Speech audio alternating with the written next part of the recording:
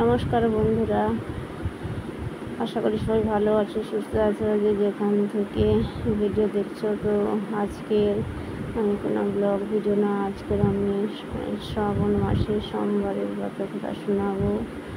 তো এই পবিত্র শ্রাবণ মাসের সোমবারের দিন কেউ সোমবার ব্রত করেছেন বা পুজো করেছেন, যদি না করতে পারেন তাহলে এই ব্রত কথা একবার হলে শ্রবণ করুন।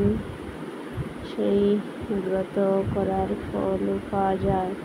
নিষ্ঠা ভক্তিতে শ্রবণ করুন বাবা ভোলা মহেশ্বরের সোমবারের ব্রত কথা, শ্রাবণ সোমবারের ব্রত কথা। তো চলুন বন্ধুরা, সেই শ্রাবণ সোমবারের ব্রত কথা শ্রবণ করি সবাই। শ্রাবণ মাস এলো ফিরে, মেঘের কাজল ধারা, সবুজে ভরিল ভূতল শান্ত স্নিগ্ধ করা। পবিত্র এই মাসখানি শিবের অতি প্রিয়, ভক্তি ভরে পুজিলে তারে সকলই লাভ। আজি শোনাইব আমি সেই পুণ্যব্রত কথা, শ্রাবণ সোমের মহিমা বুঝাইব সর্বব্যথা। দেবাদিদেব মহাদেব ভোলা মহেশ্বর, ভক্তের ডাকে সাড়া দেন আসেন যেথাসর। পুরাকালে ছিল এক ধনী শ্রেষ্ঠ বিত্তশালী অতি, ধন সম্পদে ভরা তার, তবু নাহি মনে শান্তি।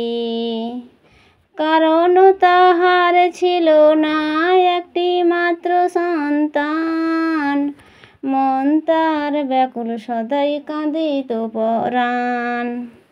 প্রতিটি সোমবারে সে শিবের মন্দিরে গিয়ে মহাদেবের পূজিত পুত্র লাভের তরে। আবেগ ভরে ডাকিত সে, হে ভোলা মহেশ্বর, সন্তানহীন জীবন মোর বড়ই যে কাতর। তাহার এমন ভক্তি দেখি মা পার্বতী সহিতে না পারি, মহাদেবেরে কহিলেন শোনো হে ত্রিপুরারি। এই ভক্ত তব যে জন এত ভক্তি করি, পুত্রহীন কেন রবে সে, কৃপাহ কর তোরি। মহাদেব কহিলেন দেবী, তাহার ভাগ্যে নাহি পুত্র, যদিও সে পুত্র পায় আয়ু হবে তার ক্ষুদ্র। মাত্র 16টি বছর বাঁচিবে সে ধরায়, তারপর তার জীবন দীপ নিভে যাবে হায়। তবুও পার্বতী দেবী নাছোড়বান্দা হয়ে কহিলেন প্রভু কৃপা করুন, সকল বাধা ঘুচে। আপনারও কৃপা হইলে সবই যে সম্ভব, পুত্রের দীর্ঘ জীবী করুন, মিটুক সব কলরব। শিব সেই কথা রাখিলেন মা পার্বতীর তরে, বণিকের ঘরে পুত্র এলো আনন্দের ভরে। ঘরে পুত্র মুখ দেখি বণিকের প্রাণ জুড়ালো তার, আনন্দে পুত্রের নাম রাখিল সে অমর বারবার। ক্রমে ক্রমে অমর বাড়িল 16 বর্ষে পদার্পণ, বণিক পিতার মনে জাগিল এক ভীষণতা শন। মনে পড়িল শিবের কথা, পুত্রের আয়ুর সীমা, চিন্তায় ঘুম আসে না কাটে বিভীষিকা। অমরকে ডাকিল পিতা, কহিল কানে কানে, মামার বাড়ি যেতে হবে সুদূর এক স্থানে। কিন্তু পথে পথে শিবের মন্দির যত, সেখানে করিবে পূজা এই মোর ব্রত। অমর পিতার কথা শুনি চলিল মামার বাড়ি, পথে এক শিব মন্দিরে থামিল সে তাড়াতাড়ি। অতি ভক্তি ভরে সে শিবের পূজা করিল, আর মন দিয়ে শ্রাবণ সোমবারের ব্রত কথা শুনিল। পূজা শেষে যেই সে মন্দিরের বাহিরে আসিল, একটি বিষধর সর্প অমরকে দংশন করিল। অমরের দেহ লুটাইয়া পড়িল, প্রাণবায়ু ত্যাগ করে। সকলে নীরব নিথর শোকে মগ্ন হরে। সেই পথে মহেশ্বর মা পার্বতীর সহিত গমন করিতেছিলেন, দেখিলেন সর্ববিদ। অমরের নিথর দেহ দেখি পার্বতী কহে, শ্রীহরি প্রভু এই যে তব ভক্ত, কেন হইল এমন করে?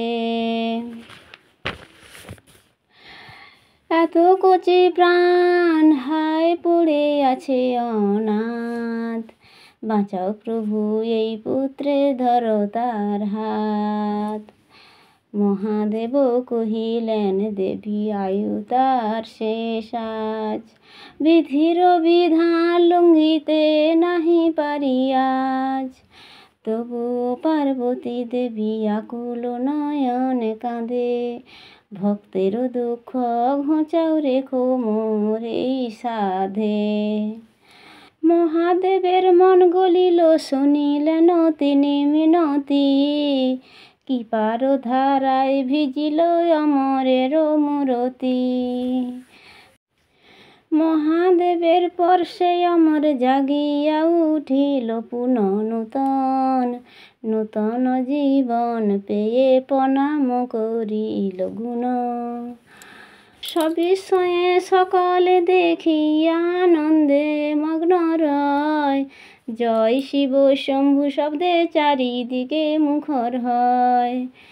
সকলে দূত সংবাদ পাঠাইল বণিকের কাছে, আপনার পুত্র জীবিত ফিরিছে আপনার কাছে। বণিক তার পত্নী পুত্রের ফিরে পেয়ে পাশে, আনন্দ সাগরে ভাসিল দুঃখ গেল ভেসে। তারপর সেই বণিক প্রতি সোমবার করে, শ্রাবণ সোমবার ব্রত কথা শোনায় সবাকারে। নিজে করে ব্রত পালন ভক্তি ভরে নিত্য, তার জীবন ভরে উঠে সুখেতে অবিরত। ওহে শুনো ভক্ত গণে হলো পরম সত, যে জন ভক্তি ভরে পালন করে, অথবা যে জন এই ব্রত কথা মন দিয়ে শ্রবণীতে রাখে, তাহার সকল মনোবাঞ্ছা পূর্ণ হয়। রোগ শোক দারিদ্র সব দূরে সরে রয়। পুত্রহীনে পুত্র পায়, রোগী পায় সুস্থতা, মহাদেবে কৃপা ধারা নিরন্তর ঝরিয়া যায়। জীবন তার ভরে ওঠে সুখ শান্তি ঐশ্বর্যে, মহাদেবের জয়ধ্বনি রহে সকল বিশ্বে।